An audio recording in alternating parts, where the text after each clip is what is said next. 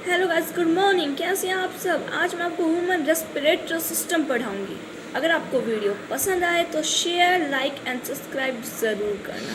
Now we need your support. Now आज हम human respiratory system पढ़ेंगे। नाउ तो जैसा कि आप सब देख सकते हैं, ये हमारा ह्यूमन रेस्पिरेटरी सिस्टम का डायग्राम है। पहले मैं इस डायग्राम को एक्सप्लेन कर देती हूँ, बाकी का जो है मैं वो आपको बाद में पढ़ाऊँगी। Now first I explain this diagram. ये आप देख पा रहे हैं, ये जो आप देख रहे हैं ये हमारा एपिग्लोटिस है, ये हमारा लार्नेक्स है, ये हमारा ट्रैकिया, ये हमारी जो है ये हमारी प्लूरल मेम्ब्रेन्स हैं।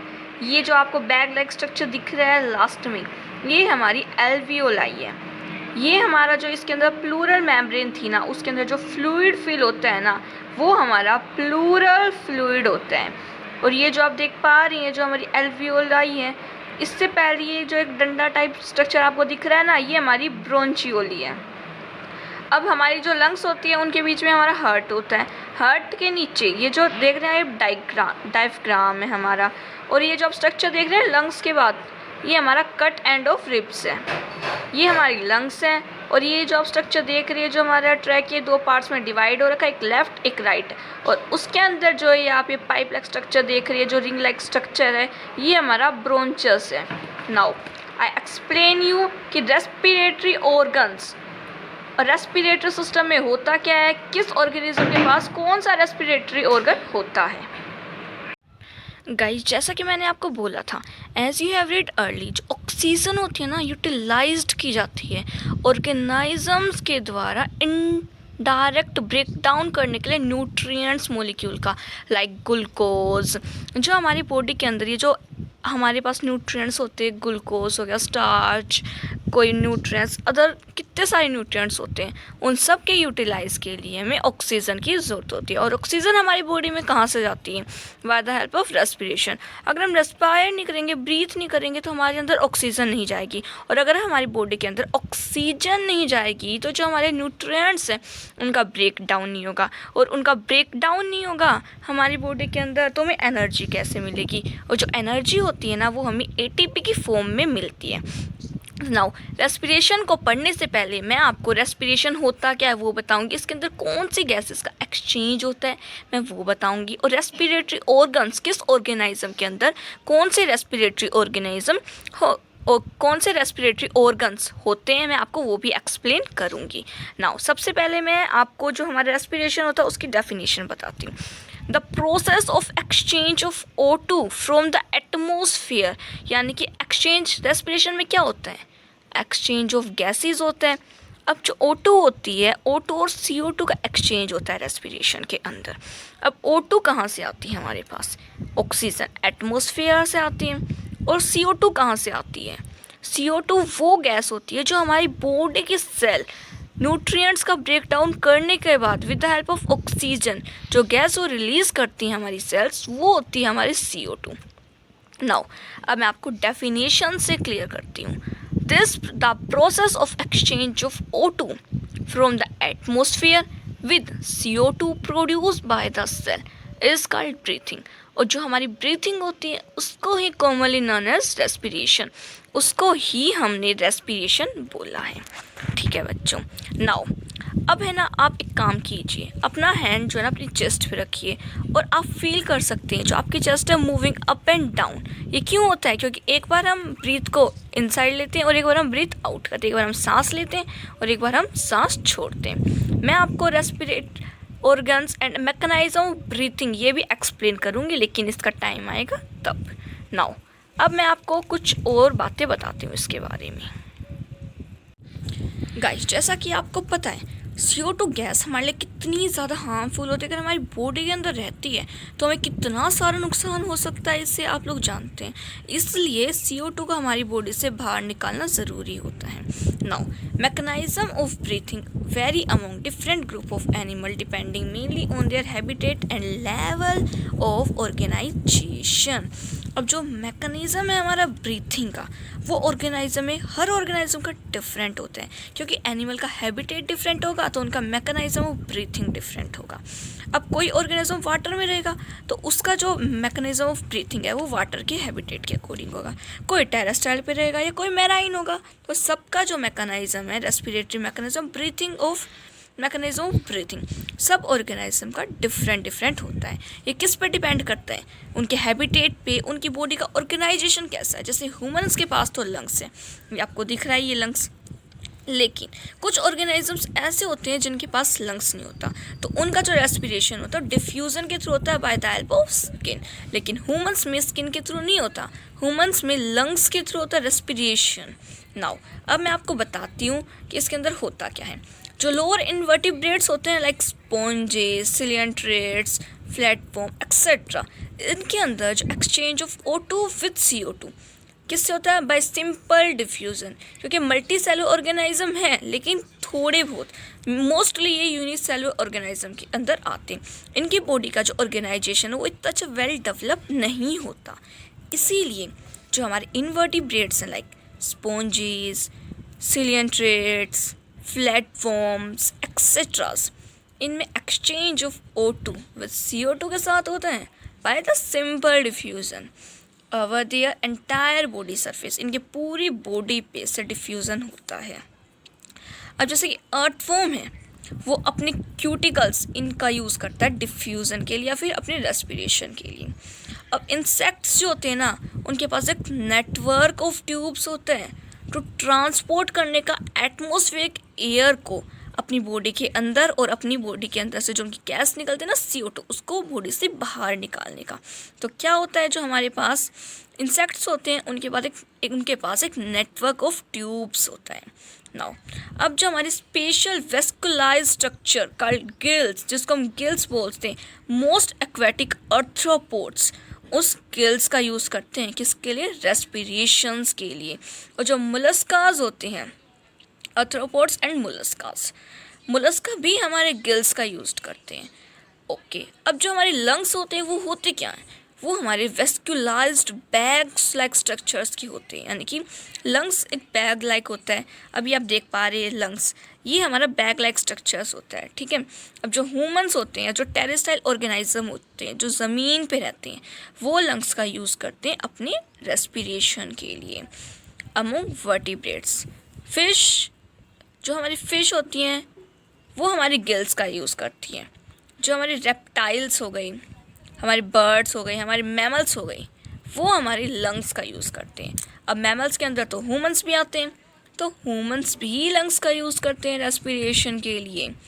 Amphibian like frogs can respire through their most skin. जो एम्फीबियंस होते हैं ना, एग्जाम्पल के लिए फ्रॉग, वो अपनी पूरी स्किन से रेस्पिरेशन कर सकते हैं, ठीक है। अब मैमल्स का तो मैं आपको बता रही हूँ, मैमल्स का रेस्पिरेटरी सिस्टम मैं आपको अभी एक्सप्लेन करूँगी। जो मैमल्स का रेस्पिरेटरी सिस्टम होता है, उनके पास एक वेल डेवलप्ड रेस्पिरेटरी सिस्टम होता है ह्यूमंस के पास। ह्यूमंस किसके अंदर आते हैं? मैमल्स में।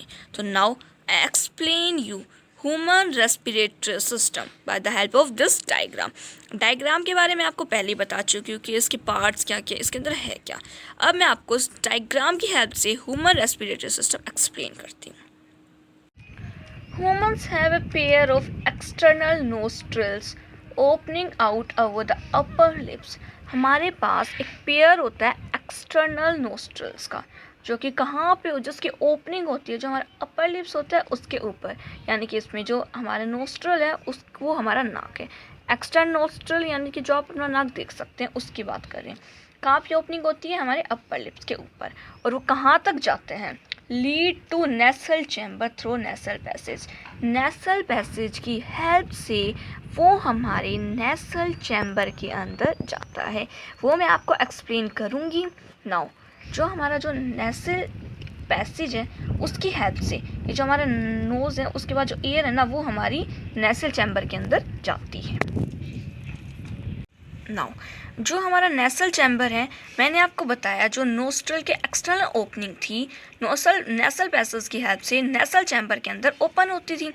लेकिन जो हमारा नेसल चैम्बर है वो हमारा कहाँ पे ओपन होता है? वो हमारा पैरानेक्स के अंदर ओपन होता है। जो हमारा पैरानेक्स है वो हमारा एक कॉमन पाइप है, यानी कि फूड और एयर का एक कॉमन पाइप है। उसके अंदर से हमारा फूड भी आता है और उसके अंदर से हमारा एयर भी आती है। लेकिन ये जो आप एपिग्लोटिस देख रहे हैं, एक ढक्कन होता है, ये कार्टिलेज का बना होता है, ठीक है। जो हमारा पैरानेक्स है वो हमारा कहाँ पे ओपन होता है, वो हमारा लार्नेक्स, इसके अंदर ओपन होता है। ये जो हमारा लार्नेक्स आप देख पा रहे हैं, ये कार्टिलेजियस बॉक्स होता है which help in sound production and hints called the sound box. ये जो है ना, ये हमारा साउंड प्रोडक्शन में हेल्प करता है और इसी कारण हम इसको साउंड बॉक्स बोलते हैं। अब जो हमारा पैरानेक्स था, मैंने आपको बताया था, वो इसकी हेल्प से हमारा ट्रैकिया के अंदर ओपन होता है, ठीक है। During swallowing glottis can be covered by a thin elastic cartilaginous flap called epiglottis to prevent the entry of food into the larynx। अब मैंने आपको बताया था पैरानेक्स था वो हमारा कॉमन था, जिसके अंदर फूड भी आ सकता है और हमारी एयर भी आ सकते हैं, लेकिन एपिग्लोटिस प्रिवेंट करता है कि लारिंक्स के अंदर पैरानेक्स के थ्रू हमारा फूड ना आए, ओनली हमारी क्या है, एयर आए। जैसा कि आप देख पा रहे हैं, ये जो हमारी लंबी सी आपको ट्यूब लाइक स्ट्रक्चर दिख रहा है, ये हमारा ट्रैकिया है। इसके ऊपर ये कुछ आपको रिंग्स बनी हुई दिख रही है, ये हमारी ब्रोंचेस हैं। नाउ जो ट्रैकिया होता है वो एक स्ट्रेट ट्यूब होता है और ये कहाँ तक एक्सटेंड होता है, ये जो आपको ये दिख रहा है ना कहाँ तक एक्सटेंड है, ये हमारी मिड थोरेसिक कैविटी तक एक्सटेंड होता है। ये हमारा जो ट्रैकिया आप लोगों को दिख रहा है,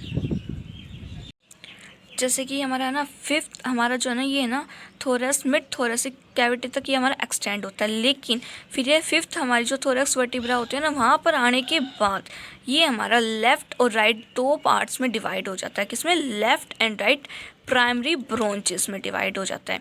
अब ये लेफ़्ट ये वाली दो उसमें डिवाइड हो रखा है ना, तो एक तो हमारी राइट होगी और एक हमारी लेफ़्ट होगी। हमारी लेफ़्ट ब्रोंचेस प्राइमरी, लेफ़्ट प्राइमरी ब्रोंचेस और right primary ब्रोंचेस।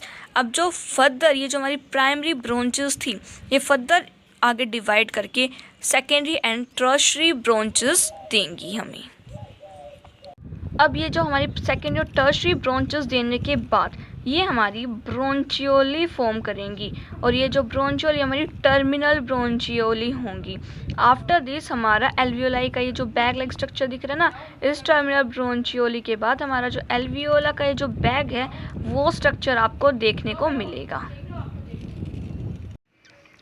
The trachea, primary, secondary and tertiary bronches and initial bronchioles are supported by incomplete cartilaginous ring। यानी कि ये ट्रैकिया देख रहे हो आप, ये हमारी प्राइमरी सेकेंडरी ब्रोंचेस देख रहे हो आप, और जो टर्मिनल ब्रोंचियोली देख पा रहे हैं आप, ये सब सपोर्टेड कर रखे हैं इनकम्प्लीट कार्टिलेजस रिंग से। अब ये जो आप ये देख रहे हैं हमारी कार्टिलेजस रिंग ही तो है। अब इनकम्प्लीट कार्टिलेजस रिंग्स की हेल्प से इनको सपोर्ट कर रखा होता है। Each terminal bronchioli give rise to a number of very thin irregular walled and vascularized bag like structure called alveoli।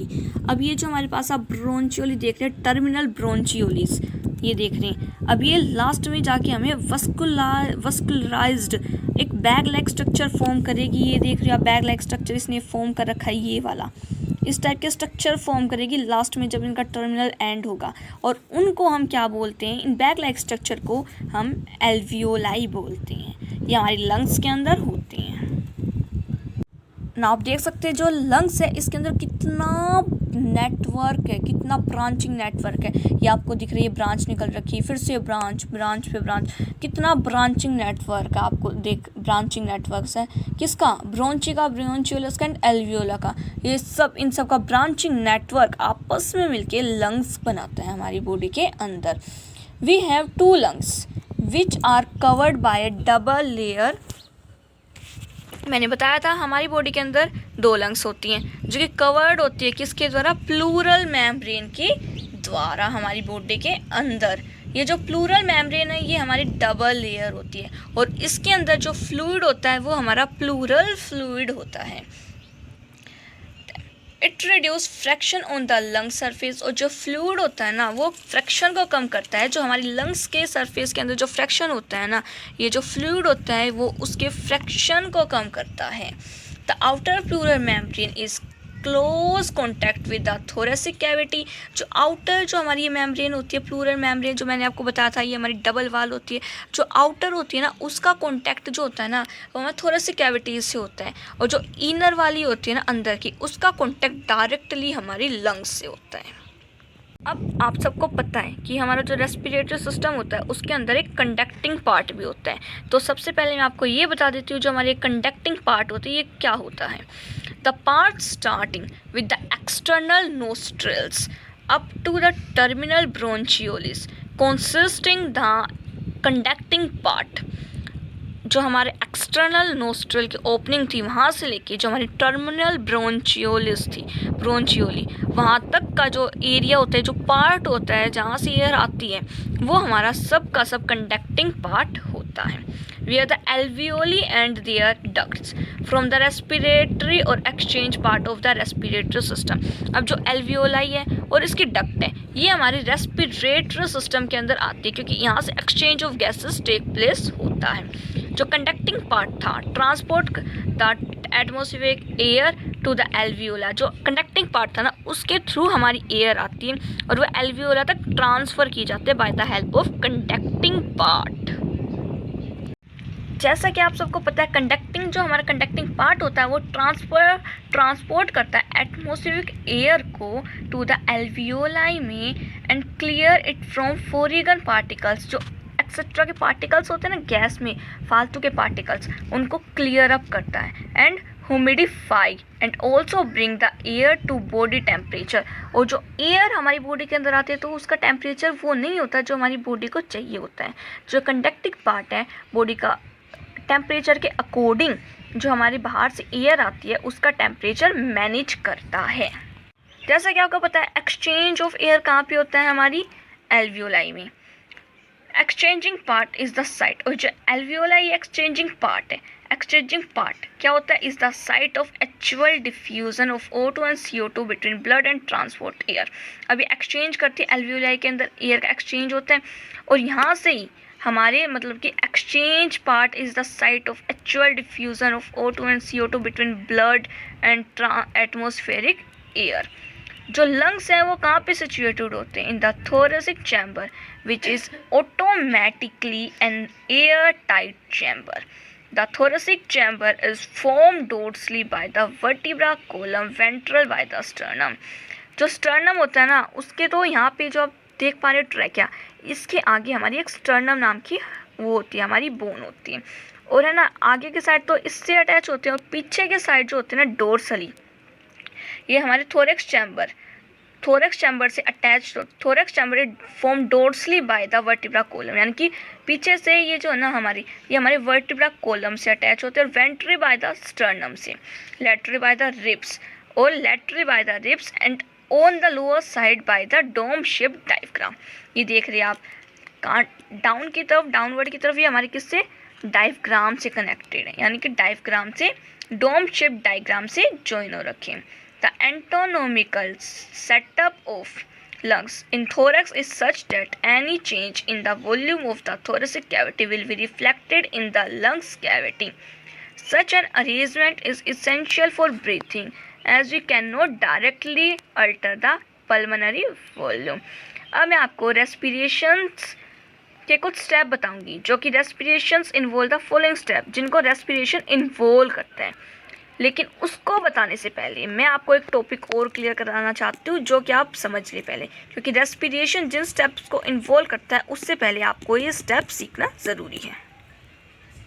Now जिस टॉपिक के बारे में आपसे बात कर रही थी वो हमारा एक्सचेंज ऑफ गैसेज है। Alveoli are the primary site of exchange of gases. जैसा कि आप सब जानते हैं जो हमारी एल्वियोलाई होती है वो हमारी प्राइमरी साइट होती है ऑफ एक्सचेंज ऑफ गैसेस। जैसा कि आप सब जानते हैं हमारे पास डिफ्यूज़न होता है O2 एंड CO2 का, यानी कि इन गैसेस का एक्सचेंज होता है। और ये जो गैसेस का एक्सचेंज है कुछ फैक्टर्स के ऊपर डिपेंड करता है, जैसे कि हमारा प्रेशर हो गया, कंसंट्रेशन होगा, कुछ ग्रेडियंट्स हो गए, और थिकनेस ऑफ द मेम्ब्रेन पर भी ये डिपेंड करता है। जो रेट ऑफ डिफ्यूज़न होता है ना हमारे पास यहाँ O2 एंड CO2 का, वो प्रेशर, कंसंट्रेशन, ग्रेडियंट्स, मेम्ब्रेन की थिकनेस, इन चीज़ों के ऊपर डिपेंड करता है। ये जो आप ये सिंबल देख पा रहे हैं, ये PO2, ये PCO2, ये हमारे पास पार्शियल O2 है और ये हमारे पास पार्शियल CO2 है। तो सबसे पहले मैं आपको ये बता देती हूँ हमारा जो पार्शियल प्रेशर क्या होता है, क्योंकि हमने ये पार्शियल यहाँ पे आगे लगा रखा है, PO2, PCO2। तो नाउ फर्स्ट वी पहले हमारा पार्शियल प्रेशर को समझना बहुत ज़्यादा ज़रूरी है। Pressure contribute by an individual gas, कोई भी हमारे पास, हमें जैसे कि हमें पता है कि हमारे पास गैसेस का मिक्सचर है, हम इसमें O2 देखना है। तो पार्शियल प्रेशर क्या होगा O2 का, पार्शियल वो pressure contribute by individual gas, जो हमारी ये O2 गैस है ये इंडिविजुअल गैस है, और जो प्रेशर कंट्रीब्यूट करेगी उस मिक्सचर ऑफ गैसेस के अंदर, वो हमारा पार्शियल प्रेशर होगा, किसका, O2 का। तो pressure contribute by individual gas in a mixture of gases is called partial pressure and represented by, अगर मैंने ऑक्सीजन का बोला था तो ऑक्सीजन का हम PO2 से करेंगे, और अगर हमें CO2 का रिप्रेजेंट करना है तो हम PCO2 से इसको रिप्रेजेंट कर सकते हैं।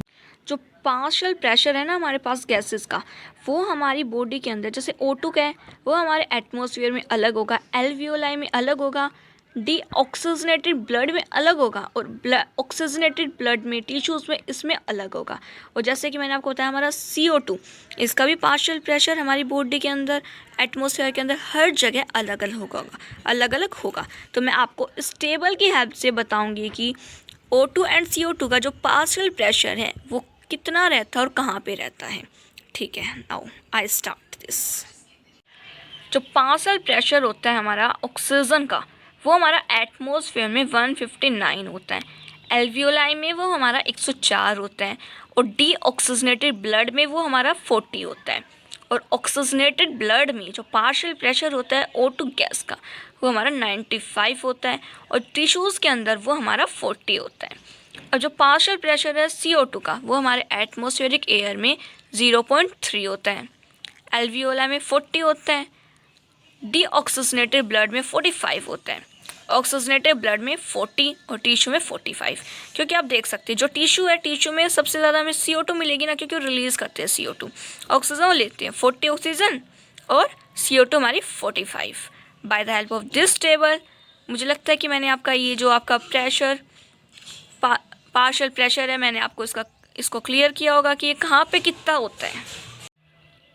I think by the help of this table मैंने आपको अच्छे से बताया, लेकिन ये जो डाटा मैंने आपको दिखाया है, the data give in the table clearly indicates a concentration gradient for oxygen from alveoli to blood and blood to tissue. Similarly जो ग्रेडियंट होगा हमारा CO2 का, वो अपोजिट डायरेक्शन में होगा। वो हमारा कैसे होगा, जैसे ऑक्सीजन का तो हमारा कैसे चले, alveoli to blood and blood to tissue, वो हमारा जो CO2 का वो टिश्यू से ब्लड में आएगा, ब्लड से एल्वियोला के अंदर आएगा। नाउ मैं अब आपको ये डायग्राम एक्सप्लेन कर देती हूँ। ये हमारा जो एल्वियोला है, इसके अंदर हमारा क्या होता है, ये तो हमने एयर ली, ये हमने एयर छोड़ दी, inspired air and expired air. जो एल्वियोला की एयर होती है, एल्वियोला के अंदर पार्शियल ऑक्सीजन का प्रेशर कितना होता है, 104 mmHg, और पार्शियल CO2 का प्रेशर कितना होता है, 40 mmHg।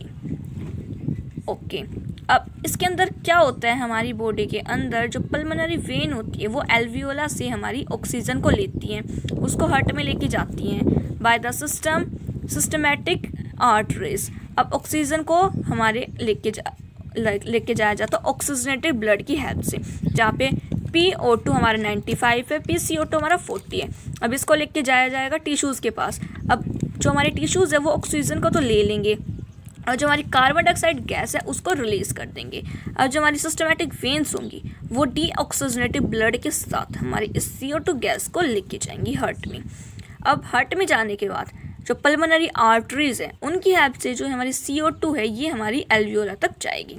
अब मैंने आपको बताया था एल्वियोला में क्या होता है। एल्वियोला के अंदर ऑक्सीजन को तो ले लेते हैं और CO2 को रिलीज़ कर दिया जाता है। ये ज़रूरी नहीं है कि हमने सांस लिया उसके अंदर हमारी ओनली O2 आई। हम जब सांस लेते हैं, हम ब्रीथ करते हैं, तो उसके अंदर हमारी O2 और CO2 दोनों आती है। लेकिन जो एल्वियोला होती है वो जो है ना, हमारे जो ऑक्सीजन ब्लड होता है पल्मोनरी वेन्स की हेल्प से ओनली O2 को हमारे हार्ट के अंदर भेजती हैं। और बात आ रही है हार्ट, जो हमारे सिस्टमैटिक आर्टरीज होती हैं वो हमारी ऑक्सीजन को लेके जाती है हमारे टिश्यूज़ के पास, ना कि हमारी CO2 गैस को। ये जो स्ट्रक्चर आप देख रही है हमारी एल्वियोला का स्ट्रक्चर है। ये हमारी एल्वियोलर कैविटी है। ये हमारी बेसमेंट सबस्टांसेस होते हैं। ये जो आपको देख पा रही है हमारी रेड ब्लड सेल है। ये हमारी ब्लड कैपिलरीज होती हैं। और ये हमारी जो है ना एल्वियोला वाल की थिकनेस है। अब यहाँ से एयर आती भी है और एयर यहाँ से हमारी जाती भी है। नाउ अब हम इसके बारे में डिस्कस करते हैं थोड़ा सा। जो हमारे पास सोल्यूबिलिटी होती है CO2 की, वो 25 से लेके 30 टाइम ज़्यादा होती है as comparison to O2 gas, यानी कि ऑक्सीजन से। The amount of CO2 that can diffuse through the diffusion membrane per unit difference in partial pressure is much higher compare to that of O2। जो diffusion membrane है वो 3 major layer से मिलके बनी होती है, नेमली थिन स्क्वैमोस एपिथेलियम। ये जो आप देख रहे हैं, ये जो हमारी कौन सी अंदर वाली, ये वाली लेयर हमारी कौन सी है, थिन स्क्वैमोस एपिथेलियम, किसकी, एल्वियोली की। और द एंडोथीलियम, ये एंडोथीलियम, ये आउटर लेयर, ये देख रही है, ये हमारी एंडोथीलियम है। अब इनके बीच में एक लेयर और होती है जो कि हमारी बेसमेंट सबस्टेंस बोलते हैं हम उसको। नाउ जो कंप्लीट थिकनेस होती है ना इस मेम्ब्रेन की, इस डिफ्यूजन मेम्ब्रेन की, वो हमारी 1 मिलीमीटर से भी कम होती है। Therefore, all the factors in our body are favorable for diffusion of O2 from alveolar to tissue and that of CO2 from tissue to alveola। यानी कि जितने भी फैक्टर हमारी बॉडी के अंदर होते हैं वो किसके डिफ्यूजन को फेवरेबल करते हैं, O2 के, फ्रॉम एल्वियोला टू टिश्यू, कि वो एल्वियोला से टिश्यू तक जाए, और CO2 का कैसे कराते हैं, टिश्यू से एल्वियोला तक। नाउ अब मैं आपको बताती हूँ कि जो हमारा रेस्पिरेशन होता है उसके अंदर हमारे कौन से स्टेप इन्वॉल्व होते हैं। ब्रीथिंग और pulmonary ventilation by which atmospheric air is draw in and CO2 rich alveolar air is released out. Diffusion of gases across alveolar membrane. ये जो आप एल्वियोलर मेम्ब्रेन देख पा रही हैं, ये मैंने आपको नीचे दिखाया था इससे पहले। उसके अंदर क्या था, जो उसकी एल्वियोलर मेम्ब्रेन थी उसके अंदर से डिफ्यूजन ऑफ गैसेस हो रहा था। Transport of gases by the blood, अब ब्लड की हेल्प से गैसेस का ट्रांसफ़र होना। Diffusion of O2 and CO2 between blood and tissue. Utilisation of O2 by the cell for catabolic reaction and resultant release of CO2। अब utilise करना किसका, O2 का, और किसको रिलीज करना, CO2 को। ये कुछ हमारे रेस्पिरेशन के स्टेप्स थे जो रेस्पिरेशन के अंदर कंपल्सरी होती हैं। नाउ अब हम डिस्कस करते हैं रेस्पिरेटरी वॉल्यूम्स एंड कैपेसिटी के बारे में। सबसे पहले हमारा टाइडल वॉल्यूम होता है। जो हमारा टाइडल वॉल्यूम होता है उसके अंदर क्या होता है, वॉल्यूम ऑफ एयर इंस्पायर्ड और expired during a normal respiration, यानी कि कितना वॉल्यूम ऑफ एयर हम अंदर ले सकते हैं और कितना एक वॉल्यूम नॉर्मल सांस के अंदर हम अपना छोड़ सकते हैं, एयर का वॉल्यूम। ये हमारा कम से कम 500 ml तो होता ही है। और हेल्थी मैन इंस्पायर और expired in a normal respiration, या नॉर्मल एक्सपायर और नॉर्मल इंस्पायर में कितना करते हैं, अप्रोक्सीमेटली 6000 से लेके 8000 ml ऑफ एयर पर मिनट। 1 मिनट के अंदर 6000 से 8000 एक हेल्थी पर्सन इंस्पायर और एक्सपायर कर सकता है। Inspiratory reserve volume in short form IRV, एक person additional volume of air a person can inspire by forcible inspiration, कि एक forcible जो हम सांस लेते हैं उसके अंदर एक पर्सन कितनी एयर ले सकता है, तो वो हमारी जो होती है एयर वो हमारी 2500 से लेके 3000 ml तक हो सकती है। नाउ अब हम एक्सपिरेटरी रिजर्व वॉल्यूम की बात करते हैं इन शॉर्ट फॉर्म ERV। जो हमारा फोर्सेबल एक्सपिरेशन होता है, एक्सपिरेशन, उसके अंदर एक पर्सन कितनी एयर छोड़ सकता है, तो जो एवरेज होती है वो हमारी 1000 से लेके 1100 ml तक होती है। In short form this is called ERV। अब हम रिसाइडल वॉल्यूम करेंगे। नाउ RV जिसको हम बोलते हैं रिसाइडल वॉल्यूम। रिसाइडल वॉल्यूम क्या होती है? वॉल्यूम जो एयर की होती है वो हमारी लंग्स में बच जाती है आफ्टर फोर्सेबल एक्सपीरेशन के बाद। वो कितनी हो सकती है? वो हमारी बॉडी के अंदर 1100 ml से लेके 1200 ml तक हो सकती है। Inspiratory capacity. इंस्पिरेटरी कैपेसिटी के अंदर क्या होता है? Total volume of air a person inspire after a normal expiration. This include tidal volume and inspiratory reserve volume, यानी कि TV प्लस IRV को इंक्लूड करता है। अब है हमारा एक्सपिरेटरी कैपेसिटी। एक्सपिरेटरी कैपेसिटी क्या होती है हमारी? AC in short form. In this, total volume of air a person can expire after a normal inspiration. This include tidal volume and expiratory reserve volume, यानी कि TV प्लस ERV। अब है हमारी functional residual capacity FRC। In this, volume of air that will remain in the lungs after a normal expiration. This include ERV plus RV.